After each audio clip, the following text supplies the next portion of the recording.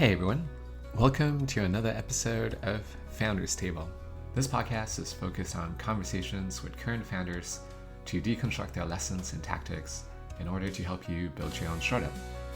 If you like this podcast, don't forget to rate and subscribe in your podcast app. This will keep you up to date on the latest episodes, as well as help others find out about the show. Today, my guest is Amy Yan, co-founder of Nowadays, an AI-powered event planning platform. Amy and her sister launched a startup leveraging the shared experience in organizing large-scale events as college student body presidents. Prior to founding Nowadays, Amy worked at McKinsey, as well as tech giants like Google and Meta. In today's episode, we discuss the competitive landscape of event planning. We talk about leveraging conferences and alumni email accounts to close leads, and setting boundaries when working with family. Now, without any further ado, I give you Amy. Amy, welcome to Founders Table. So excited to have you on. Likewise, thanks for having me. Very excited to be here. I feel like we have a lot that we can cover, and I want to start off with things you were doing prior to startup. And so one is being a Boba Barista. Would love to hear both, how you got into that, and also um, how you personally pick out your boba, either before or after the experience. Yeah, so I am addicted to boba. And I think growing up in Michigan, we just didn't have that much good options growing up. And so after moving to California, I found a lot of great options and wanted to drink more than three a day. I legitimately was addicted to the sugar, I think. So I was like, well, what's the way I can drink the most boba and try all the toppings as well as all the flavors and all the combinations of them? And I was like, well, probably going part-time boba barista would be a great idea. And so during the pandemic, when we were all working from home, I would finish work right around 4 or 5 and then start my boba shift that went till 11 p.m. And I used to do it like about 2 or 3 times a week in Mountain View at the Teaspoon location. And when I first started, I was so clumsy. I'd never done any service industry role before. I spilled like the taro pudding on like all of the drinks and like across everything. And like the high schoolers that were working with me were just like shaking their heads. But eventually I got the hang of it, and it was so fun and also therapeutic to be able to kind of interact with people, especially during that time when we were all virtual, and just be able to have those like small conversations and just like light up someone's day when you're handing them their boba and you see a smile on their face. And so I think I just associate being in a cafe with really happy memories of like being with friends and like having something that was really comforting drink. And so I enjoyed my time as a boba barista. I did it over a year, and I did get to try every flavor possible. I still like hojicha tea the best with milk and the normal boba pearls, but I have tried like all the different like popping bobas and all those funny toppings as well. So at least I can recommend things to different types of people, personalities. Yeah, that is, I think out of all the various, I'm also a huge boba drinker, or at least I was back in the day. But I think I stick to like a very narrow set of like three or four flavors and have not ventured out as much as you did. All good. I mean, I think I originally liked like the more green tea flavors to begin with, and I still ended up back in that original flavor profile, but it's good to kind of explore. And this is just out of curiosity, but like in terms of like applying for essentially a service industry job, what was that process like? Like it seems like you're way overqualified. Um, was it, we're maybe familiar with tech interviews or like in the tech industry, but what was it like getting a service job? Yeah, I had only applied to tech roles before then, so I think people were really shocked by the way I interacted in the interview process. But essentially, I applied to the Din Tai Fung in Santa Clara, California, which was a little bit further commute. So I actually applied online, just cold application, no referrals. They emailed me pretty shortly, like a week after I applied, and it was like a minimum wage job. And they were like, hey, we're going to have you meet like the manager and just have a casual conversation. And they asked like what my experience is. And I think as long as you have passion and like want to be able to serve customers, there wasn't too much in terms of like technical ability. They were like, okay, you can learn this on the job. And so I got that role at Din Tai Fung. And then I had also applied to Teaspoon at the same time and had put in like a paper application. And I then followed up and I was like, hey, I applied a couple weeks ago, haven't heard back. I have a counter offer from Din Tai Fung. Was wondering if we could negotiate. I would love to work at Teaspoon instead. And I think the manager was like, never had seen that before and was like, what? What is she doing? And so they accepted me that same day. They're like, yeah, go for it. And they gave me a uniform and pretty much scheduled my shift then and there. That's amazing. It sounds like no, whiteboarding over how to do boba. It's different process. Yes. Yeah. You kind of just get into it without any onboarding process. Um, and then, uh, so you've had a pretty extensive career before founding your company, um, including working at a bunch of prestigious companies like Google, Meta, McKinsey, and also publishing a book. Um, I'm kind of curious when you look back, like how did you, or if it was a conscious decision, decide on what to work on and when to transition and essentially where to invest your time?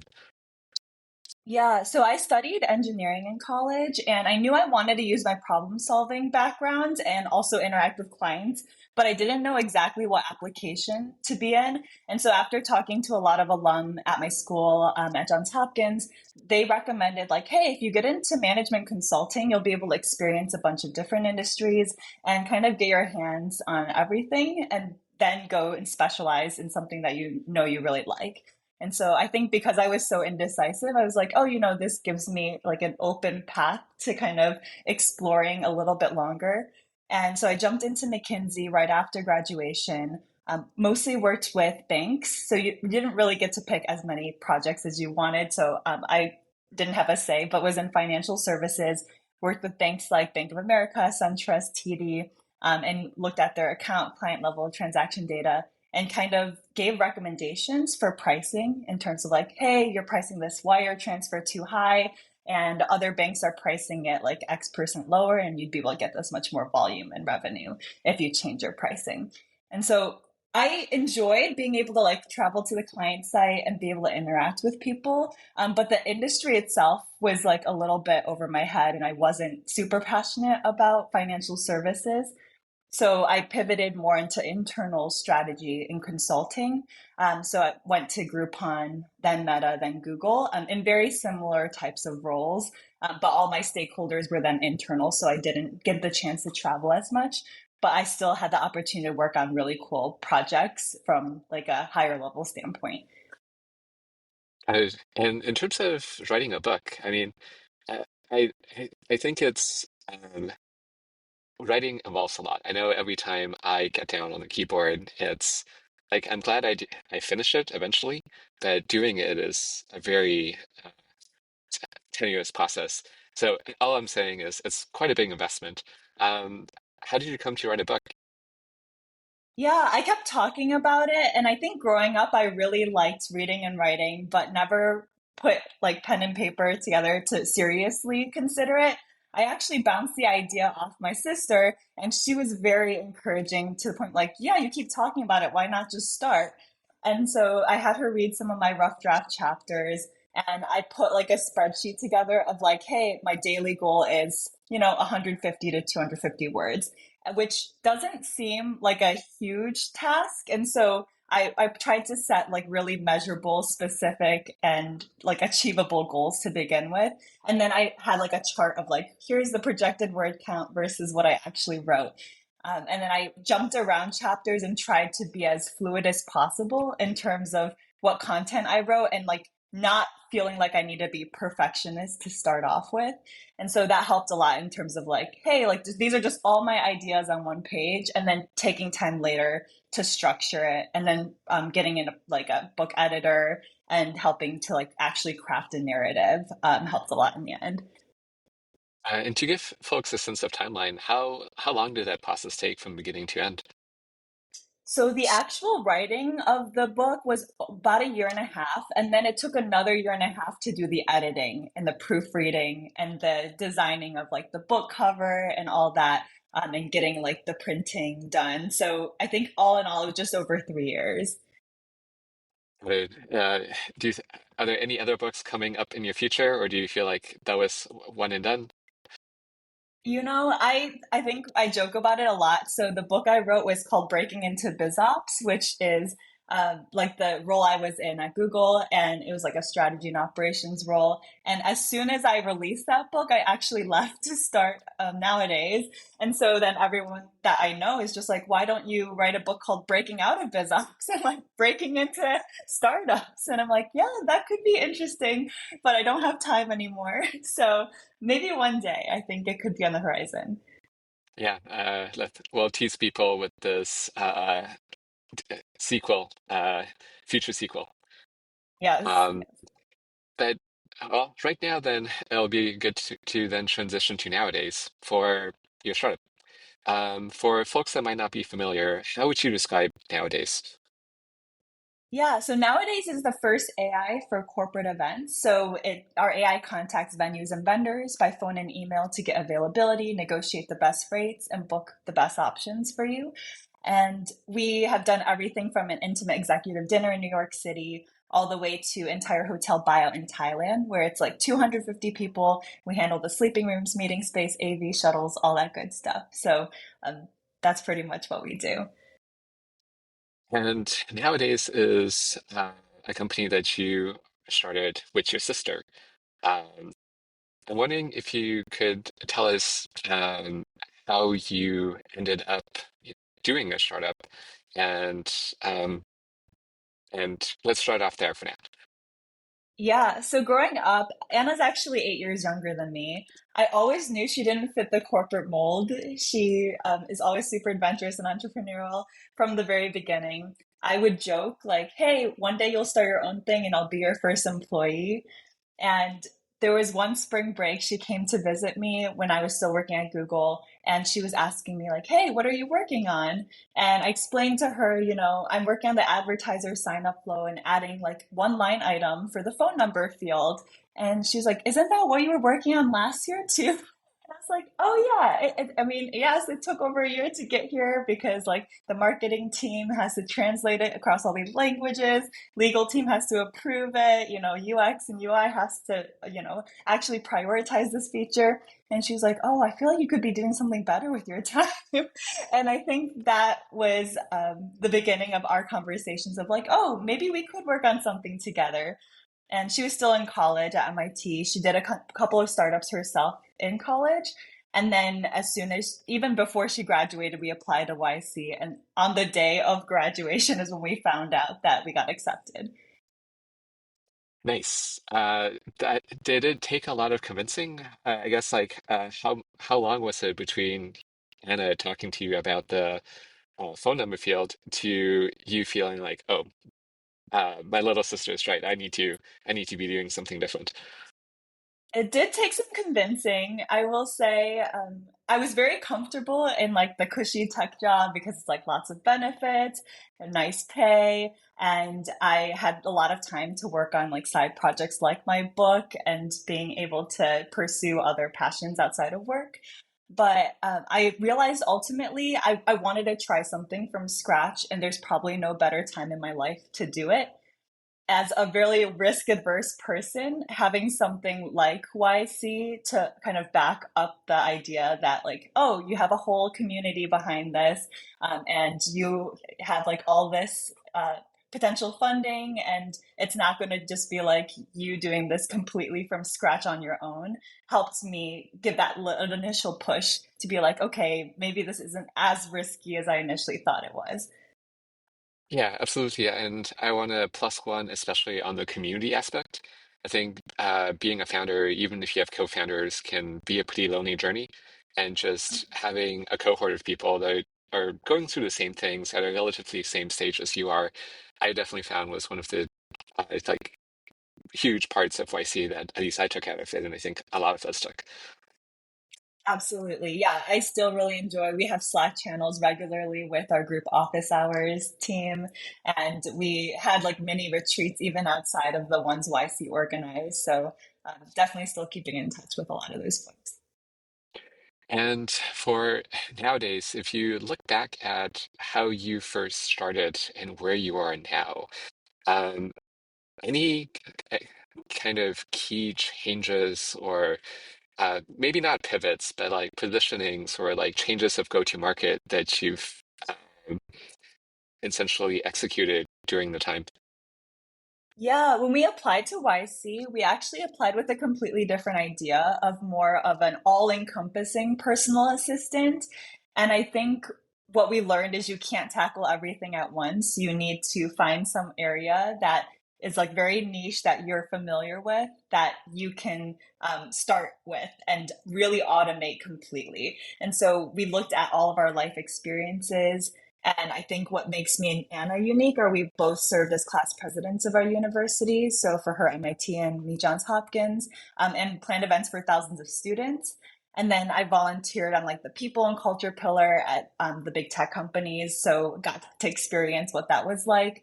And it is really fun to bring people together, but just so much manual, like emails, spreadsheets, phone calls, callbacks.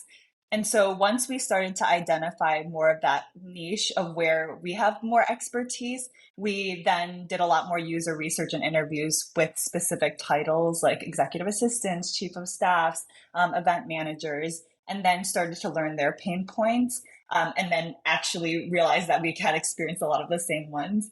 And that's when we started to get more traction, was once we identified, hey, we're going to go after this specific niche instead of like everything that could be a personal assistant.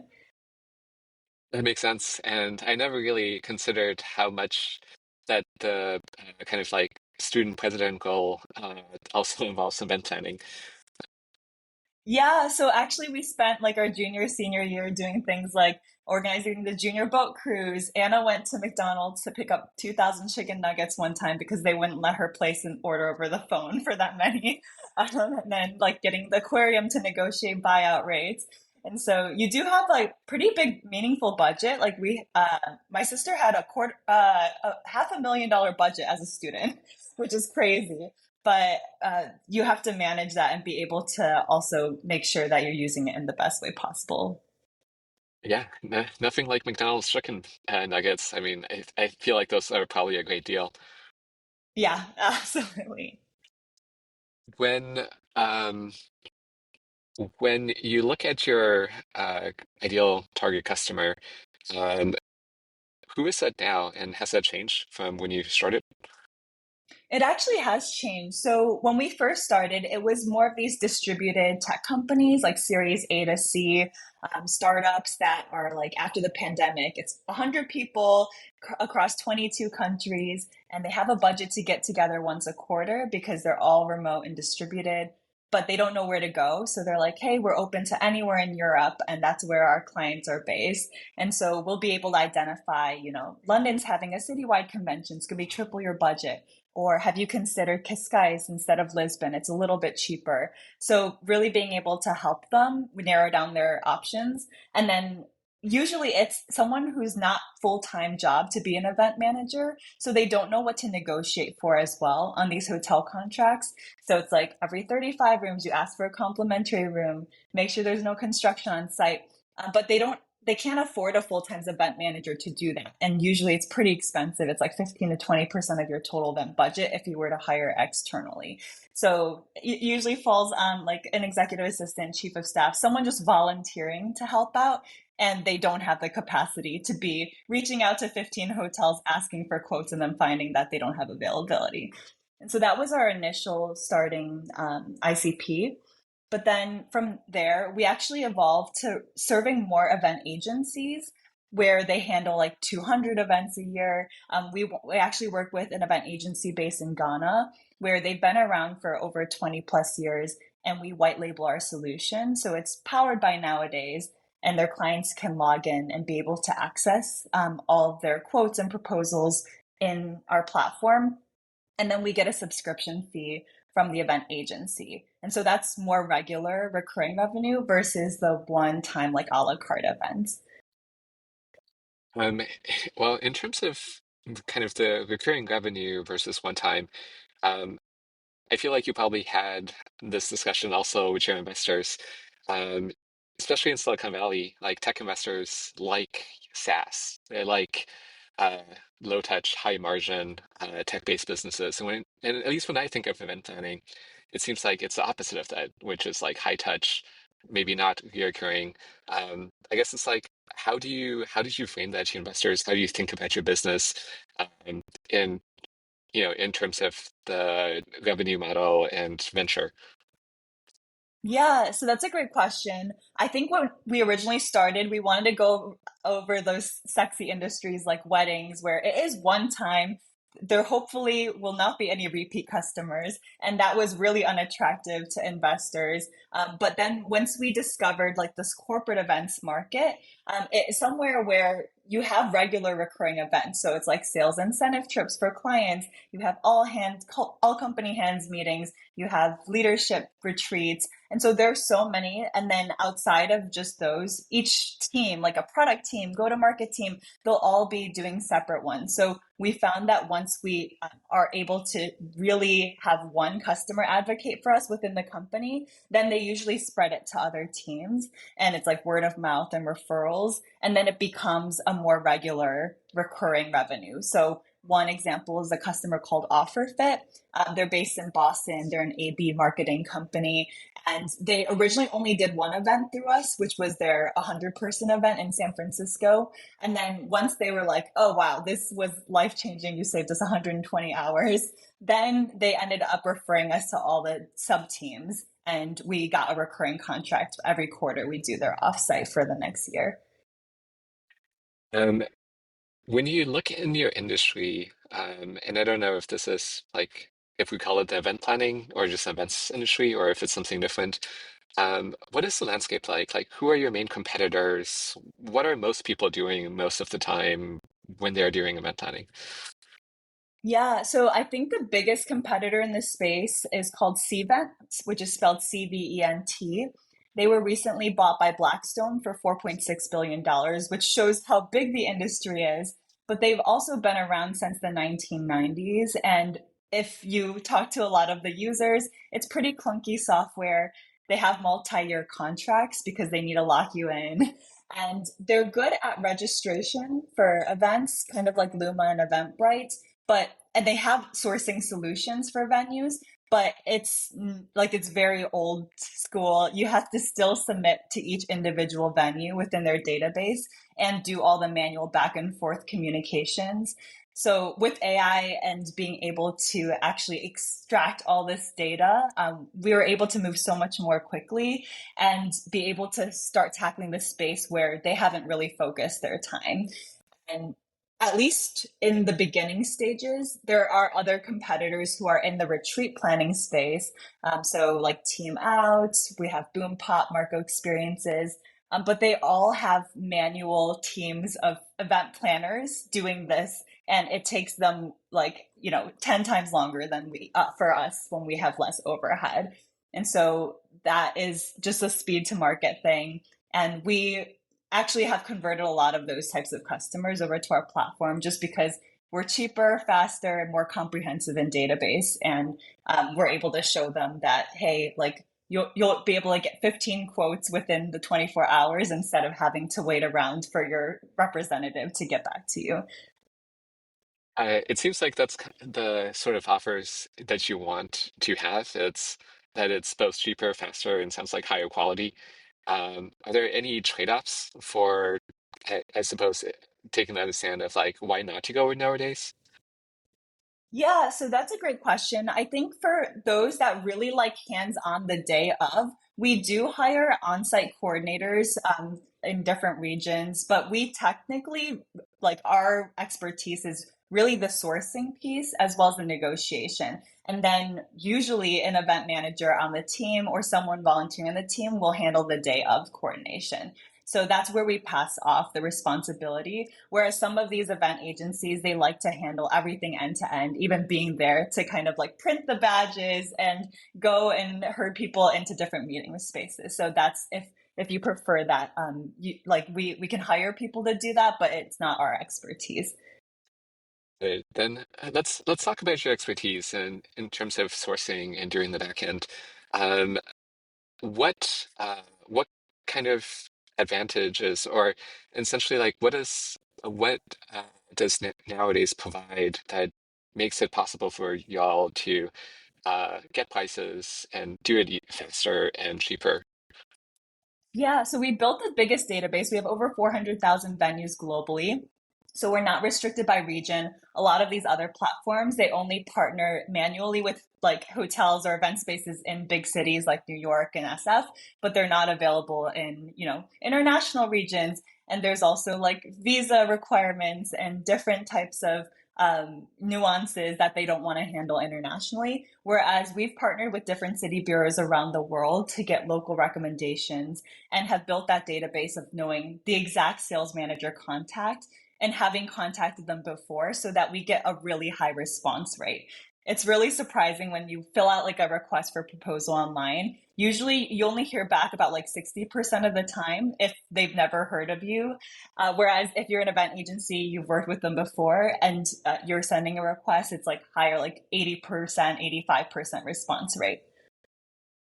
Got it. It's how do you, I would imagine that trying to keep that up to date would also be a challenge. How do you make sure that your data is fresh? Yeah, so in terms of pricing data, it's every time you send a request, you have to send a fresh one to the sales manager on file. And so with events, hotels have dynamic pricing. So if there's a conference in town like Dreamforce, they're going to triple or quadruple the budget on you. And so you have to ask every single time for your event dates. And they even differ it by if you're a nonprofit versus, a Series B company, they're going to change the pricing. So every time you have to ask, and we send out the request based on your intake form. Our AI drafts up an email to the sales manager we've worked with, and then the sales manager will respond accordingly, and our AI extracts every relevant piece of information. Usually it's super unstructured. They'll have like a nightly room rate, a food and beverage minimum, and then like all the VAT and occupancy taxes fees kind of hidden. We'll extract all those relevant information, do the calculations for you, and then you'll just have like all of it in one place and be able to compare everything apples to apples. Got it. And on the topic of AI, I think we're at a time now where every company in the world is trying to figure out how to best leverage AI.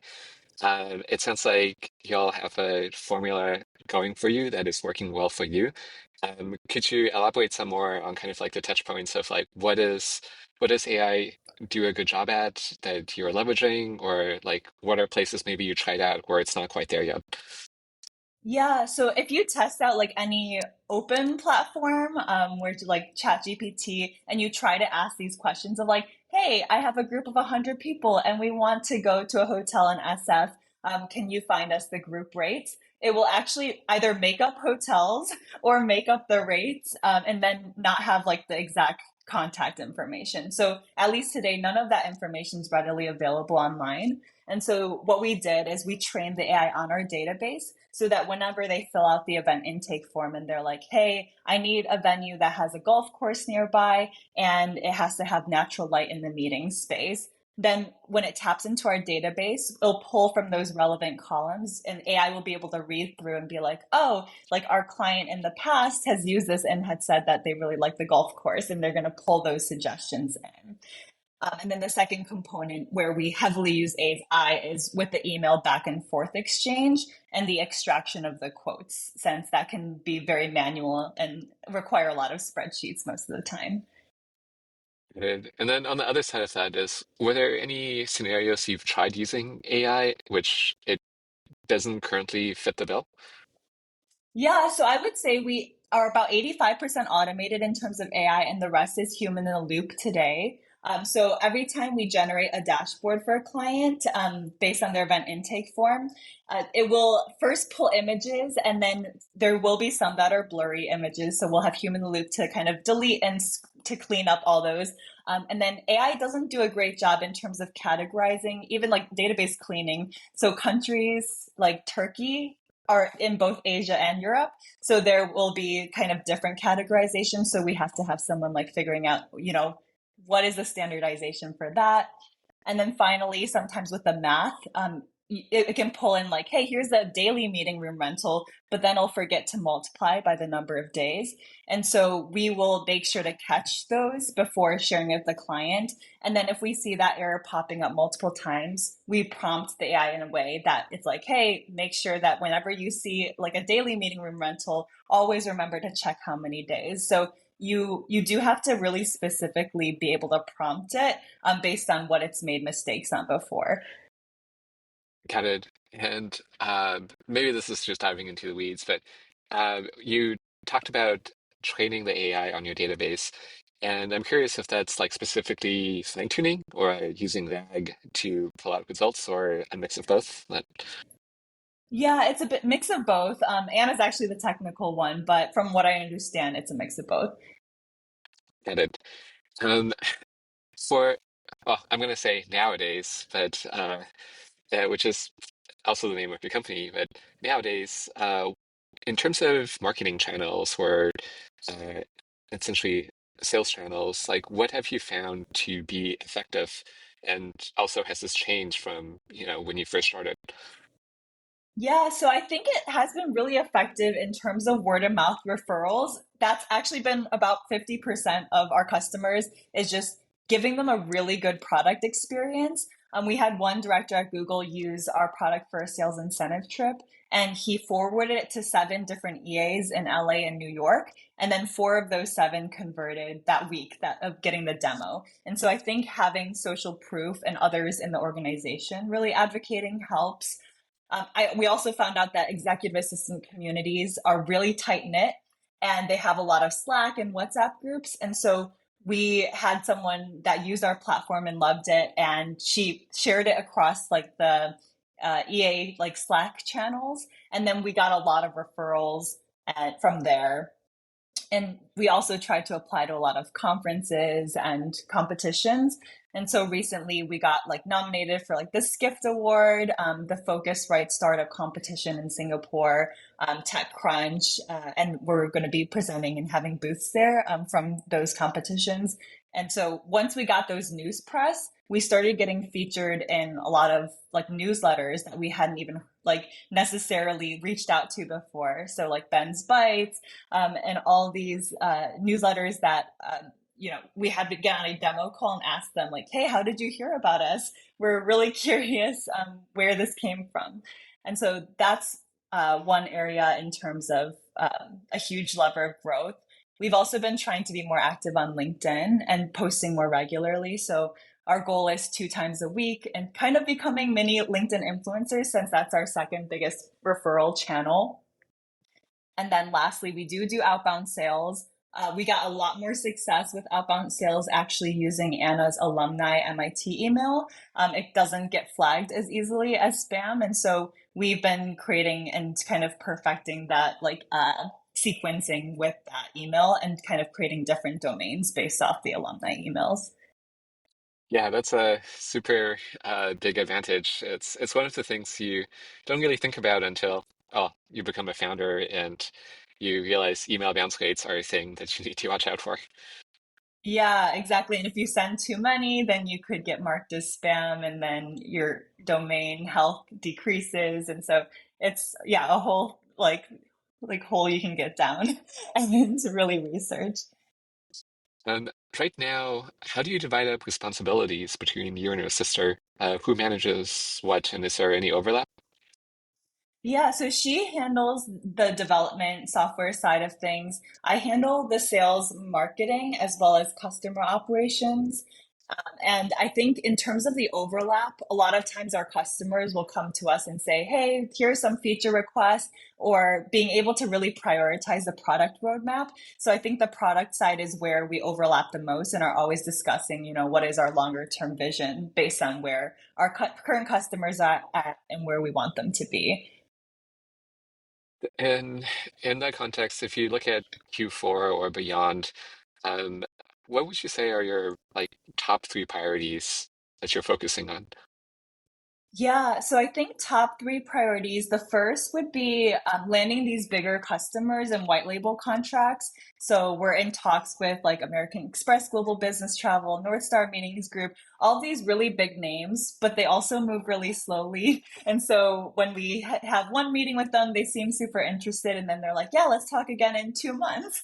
So that's definitely something that we want to continue pushing on and making sure that we're landing those enterprise clients.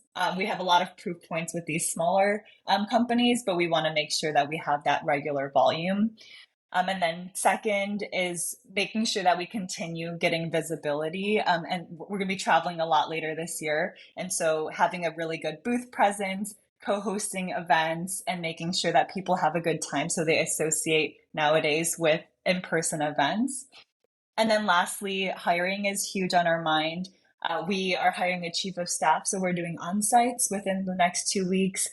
And then we're hiring a founding engineer as well. So lots of resumes and interviews to parse through and really want to make sure we find the right candidates. For the chief of staff role, I've seen that now in multiple startups and companies, and I find that they're all like very different depending on the company. Um, and curious what you are looking for in a chief of staff and what kind of role they would fill nowadays. Yeah, so in terms of the product right now, when someone fills out the event intake form and our AI populates it, it's about 85% automated. So that last mile, we want to have someone there for the customer if they're ever asking follow-up questions. A lot of times we want to be very experimental and also handle things that might not be automated today, but we think have potential of being automated. So things like flights, visas, making sure to book activities and private dining spaces. We are continuing to build that vendor database. And so we've had people ask us about like UV face painters and dune buggy rentals. And a lot of times we want to be able to say yes and be able to have that end to end experience for our customers. So they always want to come back. But it's also making sure that we're not doing too much manual work if it's not scalable long term. So we want someone who can handle the customer operations, but also have that longer term lens of what can we take on in the future and what should we like absolutely say no to. And then that would allow me to free up some of my time to focus more on the sales and marketing piece since we haven't really spent as much time there. Time is definitely your scarcest resource as a founder and as a startup. So definitely anything you can do to claim more time. You mentioned as part of the role of figuring out what to say yes to and what to say no to. And especially when I think of the event space, there's like a near infinite variety of events that people might do and people might want. Um, how have you thought about what you are going to focus on? Were there any very tempting offers that you decided to say no to because you wanted to focus on X, Y, and Z?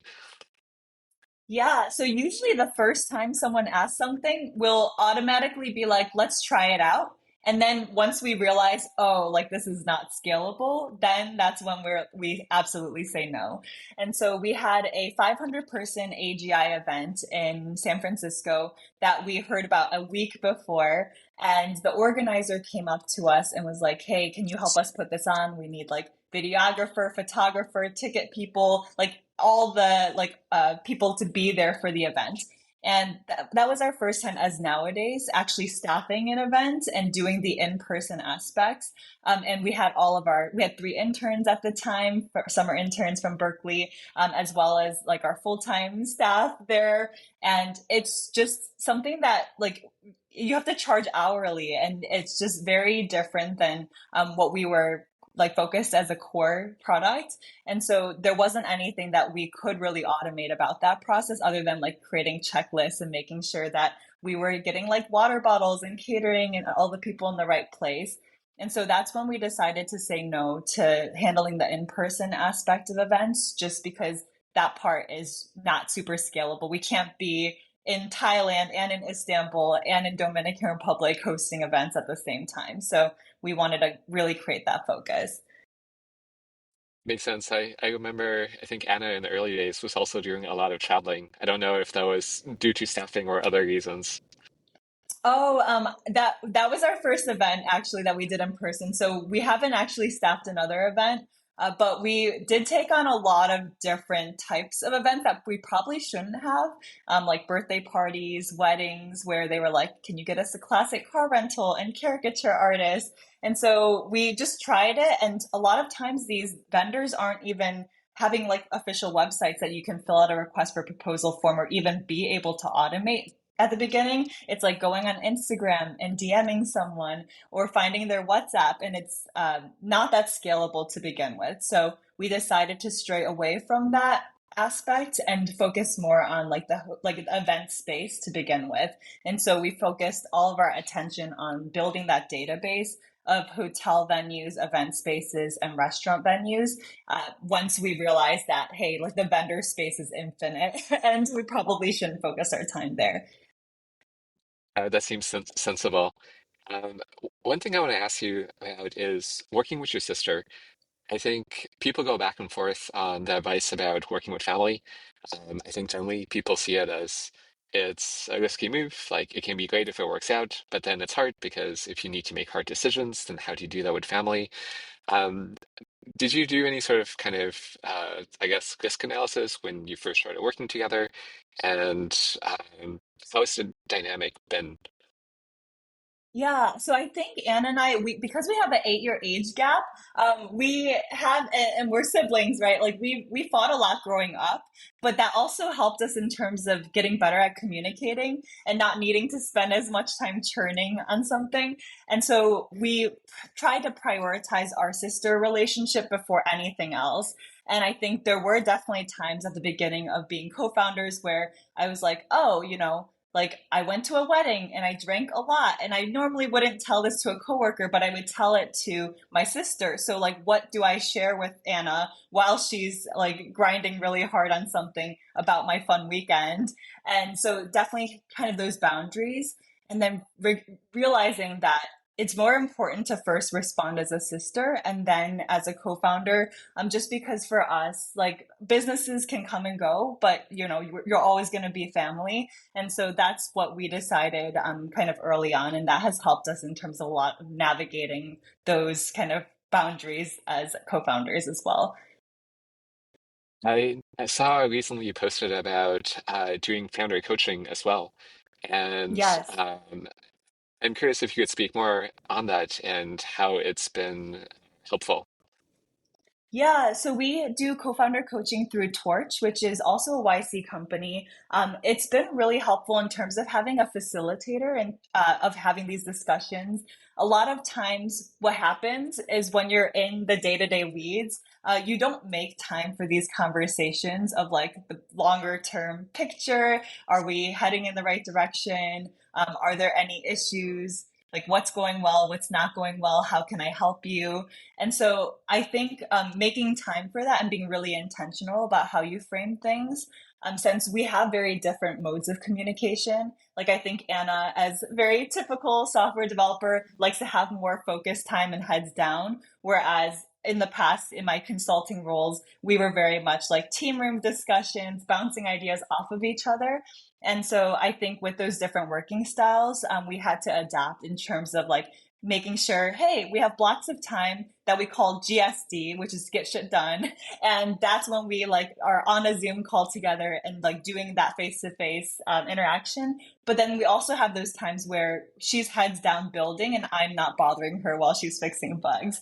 And so really establishing those boundaries as well as making time to document. A lot of times miscommunication happens when you just say something and then you forget that you say it, And so we have been really intentional about documenting like a company handbook and what is the PTO policy and sick leave policy, just so that there's no misinterpretation of like, oh, like, it seems like I'm working harder than my co-founder, like what's going on.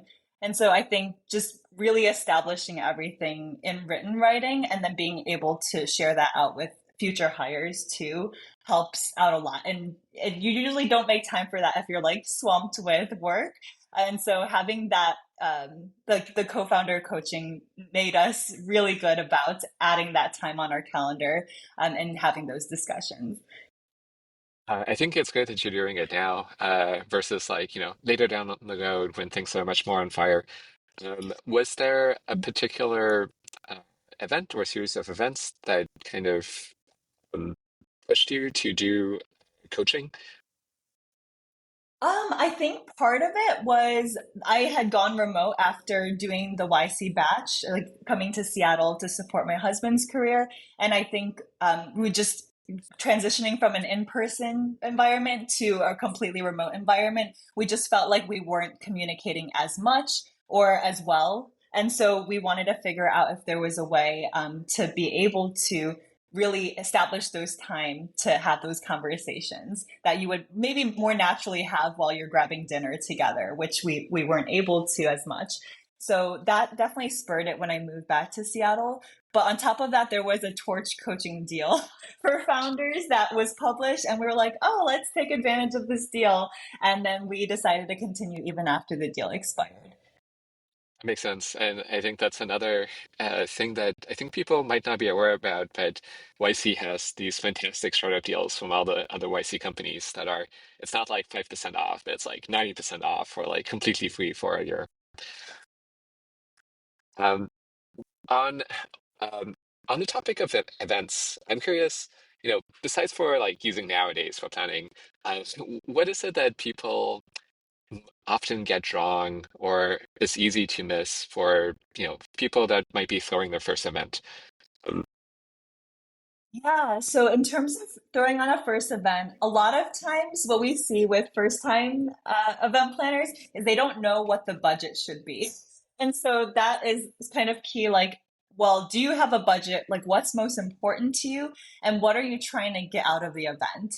A lot of times we've seen people just kind of copy and paste events, especially in the Bay Area. It's very common to be like, oh, I've been to these many founder happy hours, so they must all be this format where there's like this much hours of mingling and this much content. And I think it's important to take a step back and try to figure out, well, what is the goal? How do we measure the ROI of an event before we put it on? And who are the right people to attend?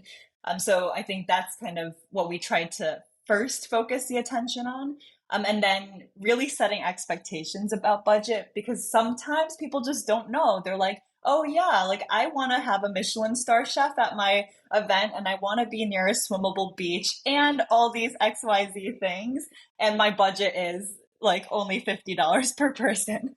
And we have to really let them know, hey, based on our experience, that's just not possible, especially in the cities that you're looking at. And so then we give them alternatives. And I think that helps a lot in terms of just like expectation setting at the beginning. Makes sense. I have more questions, so many more questions to ask, but we're getting close to the end of the show. So I'll land with a set of closing questions I ask all my guests. And the first is, what advice would you give to founders that are starting off today? Or if you think of yourself when you first started, what do you wish you had known?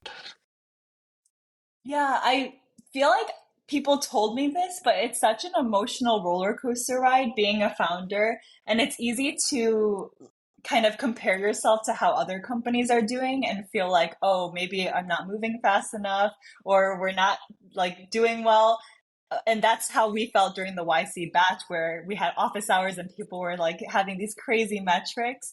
But then when we look back at where we started and how far we've gotten, I feel like it's really important to feel proud of what you're doing, and then that helps you also keep motivated, that like, hey, you're doing a great job, and like you can keep grinding, and you're gonna still be able to make it. And I think having like kindness and just like empathy for yourself in the journey is important, especially like when you're going through like the like emotional roller coaster of being a founder.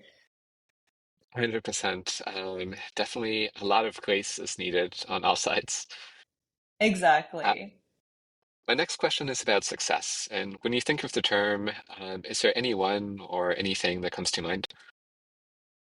Yeah, I think success from a product standpoint for us is making it easier for people to plan any life event. So if someone's doing a wedding, bachelorette, baby shower, corporate event, we just want to make it so it's easy and you don't have a breakdown when you're doing it. Like when I planned my wedding, I was definitely crying for and it's like the happiest moment of your life and you're like stressed out planning. And so you don't want that to happen. So we want to create a product that everyone really loves to use. And then from a team perspective for success, I think it's about really building a really vibrant, fun culture where people can develop and grow. And I think for me, I want to continue to develop and grow it as a leader and mentor as well. When you need to recharge, what do you do? I try to go outside. We have a puppy named Rue, and then also a kitten named Tigger, and lots of menagerie of pets outside of them. And so I spend a lot of time with my pets, go outside, play ball, go hiking, kayaking. So I think in Seattle, it's just really easy to get outdoors. And then on top of that, I do a lot of dance, and that's very therapeutic for me as like a way of expressing myself and also feeling like I'm getting like physical movement. So I recently moved from Seattle to California, and one thing I dearly miss about Seattle is definitely all the nature.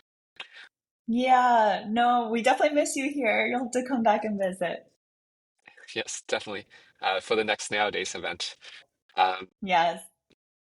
next question, have there been any small investments that you made recently that have had an outsized impact?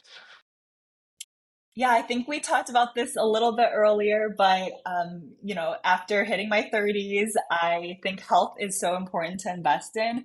I started going regularly to physical therapy because I had a strain in my back and was having trouble sleeping. And so having bad quality of sleep really affects like your mood and how you can work effectively. And I think health is wealth in the end. And so if you need to take care of your body in order for you to do well as a founder. And so I have been spending a lot more time doing those exercises, making sure I eat right as well. Absolutely. It's not necessarily the most exciting of things, but over the long run, it affects um, most of your waking times. So it's definitely a great investment. And my final question now, it's ask and offer. So is there anything you would like to request from my audience or offer? Yeah, in terms of requests, please spread the word about Nowadays. A lot of times we just get word of mouth referrals, and it's been really fun to see that kind of growth. And then in terms of offer, we can offer a 50% discount for all listeners. So just feel free to DM me on LinkedIn about Founders Table, and we'll honor that discount. Right. Well, thank you, Amy, so much for talking to me. This was a long time coming and totally worth it. So thanks. Likewise, I had a fun conversation. Thank you. Hey, just one more thing before you go. Thanks for listening to this episode of Founders Table. If you like the show, please subscribe in Apple Podcasts, Spotify, or wherever you get your podcasts. Also consider giving us a rating as it helps others find the podcast. You can find all episodes as well as more information about the show at founderstable.co. Until next time, stay hungry.